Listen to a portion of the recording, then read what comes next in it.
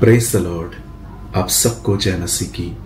एक बार फिर से मेरे सारे जवान भाई बहनों को, आप में से हर एक को सलाम, greetings to you in Jesus name. मैं विश्वास करता हूं कि आज के वचन के द्वारा प्रभु आपको कुछ सिखाएंगे, टीच करेंगे और वो आपके बहुत सारे कंफ्यूजन्स को वो क्लियर करेंगे। और मैं ये बिलीव करता हूं कि आज का वर्ड एक डायरेक्शन है, एक लीडिंग है हमारे लिए कि हमें कैसे और आगे बढ़ना है। मेरे भाइयों, मेरी बहनों, वचन को शुरू करने से पहले मैं हमेशा की तरह ये कहना चाहता हूं आप लोगों से कि परमेश्वर आपसे प्रेम करता है। हो सकता है इन दिनों में आप प्रभु के साथ चलने में बिल्कुल से विफल हैं, आप प्रभु के साथ नहीं चल पा रहे हैं, लेकिन मैं फिर भी कहूंगा वो आपसे प्यार करता है। वो आपसे इसलिए प्यार करता है क्योंकि वो जानता है उसका प्यार आपको बदल देगा। आप ऐसा कुछ नहीं कर सकते जिसको देखकर उसका प्यार बढ़े, ना आप ऐसा कुछ कर सकते हो कि उसको देखकर उसका प्यार कम हो। उसका प्यार हमेशा आपके लिए एक जैसा है। He loves you. और आज उसी प्रेमी परमेश्वर की तरफ से मैं आपको कुछ बताना चाहता हूं और मैं चाहता हूं प्लीज मेरे भाइयों बहनों आप इस वचन पर ध्यान दें। मैं इस समय आपके सामने एक वचन रख रहा हूं जो कि लूका रचित सुसमाचार के 16वें अध्याय से है और ये वचन आपके स्क्रीन पर है। 16:21। और वह चाहता था कि धनवान की मेज पर से की जूठन से अपना पेट भरे, यहां तक कि कुत्ते भी आकर उसके घाव को चाटते थे। ऐसा हुआ कि वह कंगाल भी मर गया और स्वदूतों ने उसे उठाकर अब्राहम की गोद में पहुंचाया। वह धनवान भी मरा और गाड़ा गया और अधलोक में उसने अपनी पीड़ा में पड़े हुए अपनी आंखें उठाई और दूर से अब्राहम की गोद में लाजर को देखा। एक बहुत ही वेल नोन स्टोरी मैं आप यंग लोगों से शेयर करना चाहता हूं। बाइबल के लूका रचित सुसमाचार पे in the gospel of Luke 16 में लिखा है, एक धनवान था, बहुत ही लेविश लाइफस्टाइल थी उसकी, अच्छे कपड़े पहनता था, अच्छा खाना खाता था, अच्छी जगह पे रहता था।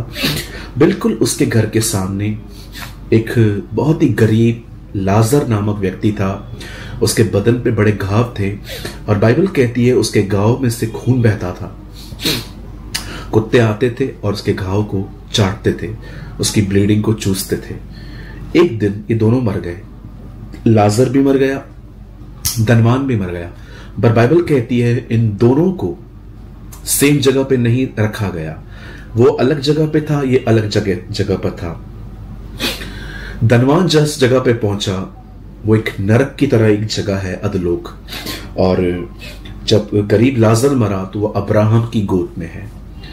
अब बाइबल कहती है अब्राहम जो था उसने लाजर को रिसीव किया और बाइबल कहती है ये व्यक्ति लगभग नरक में था। मैं आपसे एक बात पूछना चाहता हूं, इस आदमी का पाप क्या है? इस आदमी का गुनाह क्या है? क्यों ये नरक में गया? इसलिए क्योंकि ये रिच है? बिल्कुल नहीं। ये व्यक्ति इसीलिए नरक में गया क्योंकि ये आदमी रिच होने के बाद भी किसी की हेल्प नहीं कर रहा था। जब परमेश्वर इस पृथ्वी पर किसी को कुछ देता है तो किसी पर्पस से देता है। और आप जानते हैं इस आदमी के अंदर उस लाजर के लिए कोई कंपैशन नहीं था। ये लॉस्ट था अपनी जिंदगी में, हर दिन खाना पीना, कपड़े पहनना, घूमना फिरना। आप जानते हैं जब मैं इस वचन को पढ़ रहा था मुझे परमेश्वर ने कहा इस वचन को लेके तू जवानों से बात कर कि कहीं वो भी लॉस तो नहीं है इन दिनों में, कहीं वो भी इस धनवान की तरह इतने खोए हुए तो नहीं है कि उनके घर के सामने कोई गरीब बैठा हुआ है पर वो उनको दिखाई नहीं दे रहा। मैं ये नहीं कहना चाहता कि आप अपने आसपास जो है वो कौन से लोग बैठे हैं उनको देखो, पर मैं आपसे पूछना चाहता हूं कहीं आप इतने लॉस तो नहीं है, इतने खोए हुए तो नहीं है अपने मोबाइल में, अपने दोस्तों में, घूमने फिरने में, अपनी फ्यूचर की प्लानिंग्स में, कि आप ये भूल गए हैं कि एक्चुअली आपके लिए परमेश्वर ने एक पर्पस रखा है। इस धनवान को देखिए, ये इसीलिए नरक में नहीं गया है क्योंकि ये धनवान है, ये नरक इसलिए गया है कि ये इतना खोया हुआ था कि इसने कभी उसकी मदद नहीं की, जिसको बहुत आवश्यकता थी मदद की। उसने कभी इससे नहीं पूछा कि तुझे क्या हुआ, क्या मैं तुझे डॉक्टर के पास ले चलूं, वैद्य के पास ले चलूं। ये व्यक्ति इतना लॉस था। आज हो सकता है आप और मैं इतने लॉस्ट हैं इन दिनों में, अपने मोबाइल में, लोगों को रिप्लाई करने में, चिट चैट्स में, लोगों को खुश करने में, सोचने में, फ्यूचर की प्लानिंग्स करने में, पिकनिक में, मॉल्स में। पर क्या आप अपने जीवन का रियल पर्पस जानते हैं कि खुदा ने आपको क्यों चुना है? मेरे भाइयों, मेरी बहनों, मैं आप में से हर एक को आज इनकरेज करना चाहता हूं, उठिए। आप जहां हैं वो आपकी बुलाहट नहीं है। आपकी बुलाहट है कि परमेश्वर ने आपको अपने पास बुलाया है। उसके साथ समय बिताइए ताकि वो आपको पवित्र आत्मा से भरे, वो आपको अपने वचन से भरे, वो आपको अपने दान वरदानों से भरे, ताकि आप भारत में प्रभु के लिए इस्तेमाल हो पाओ, ताकि आप इस दुनिया के अंदर इस्तेमाल हो पाओ। मेरे भाइयों, मेरी बहनों, जब मैं 18 साल का था, मैंने अपना जीवन यीशु को दिया और मैं बड़ी दृढ़ता के साथ आपको कह सकता हूं, मुझे 1% भी रिग्रेट नहीं है कि मैंने अपना समय बर्बाद किया। जी नहीं, मैंने पूरी कोशिश की अपने खुदा के पीछे चलने की, उसकी सेवकाई करने की, और परमेश्वर ने मुझे इसमें सफलता दी। मैं आपको भी कहना चाहता हूं, ये आपका समय है। उठिए, इस धनवान की तरह लॉस्ट मत होइए।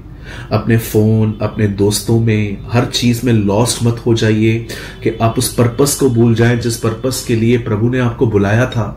क्या है आपका पर्पस? आपका पर्पस है कि आप प्रभु का वचन पढ़ो, प्रार्थना करो, प्रभु के साथ समय बिताओ, ताकि आप उसके पुत्र यीशु की तरह बन पाओ और इस दुनिया में उसके गवाह हो के जिंदगी जी सको। This is our calling, this is our mindset. यही हमारे माइंड सेट होना चाहिए कि मुझे खुदा के साथ चलना है। कई बार शैतान हमें बहुत सारी जगहों पे हमें लॉस करने की कोशिश करता है। आपने देखा कैसे उसने हवा का मन बहकाया, उसने फल तोड़ के नहीं दिया, उसने उसका मन बहकाया और वो फॉल हो गई। मेरे भाइयों, मेरी बहनों, अपने मन की रक्षा करिए। इस धनवान की तरह लॉस्ट मत होइए। अपने विजन को अपने सामने रखिए। परमेश्वर इन दिनों में जवानों को देख रहा है जो अपनी जनरेशन के लिए खड़े हों। मैं आपको कहना चाहता हूं, आप आज के शद्रक, मेशक और अबेदनगो हैं। मैं आप में से हर एक को कहना चाहता हूं, इस जमाने में आज जो हमारे सामने आइडल्स हैं उसके सामने मत झुकिए, अपने खुदा के लिए स्टैंड रहिए। मैं विश्वास करता हूं इस छोटे से वचन के द्वारा आपने बरकत पाई है, आपने आशीष पाई है। मेरे भाइयों, मेरी बहनों, प्रभु के लिए उठिए, अपना बहुत सारा समय प्रभु को दीजिए। यदि आपने आज के वचन से कुछ लर्न किया हो तो आप हमें कमेंट बॉक्स में कमेंट करके बता सकते हैं। खुदा आप सबके साथ है। उठिए, प्रभु को समय दीजिए ताकि आने वाला समय परमेश्वर के दाग की बारी में आप और मैं एक मजदूर बन पाए। खुदा आप सबके साथ है। जय मसीह की।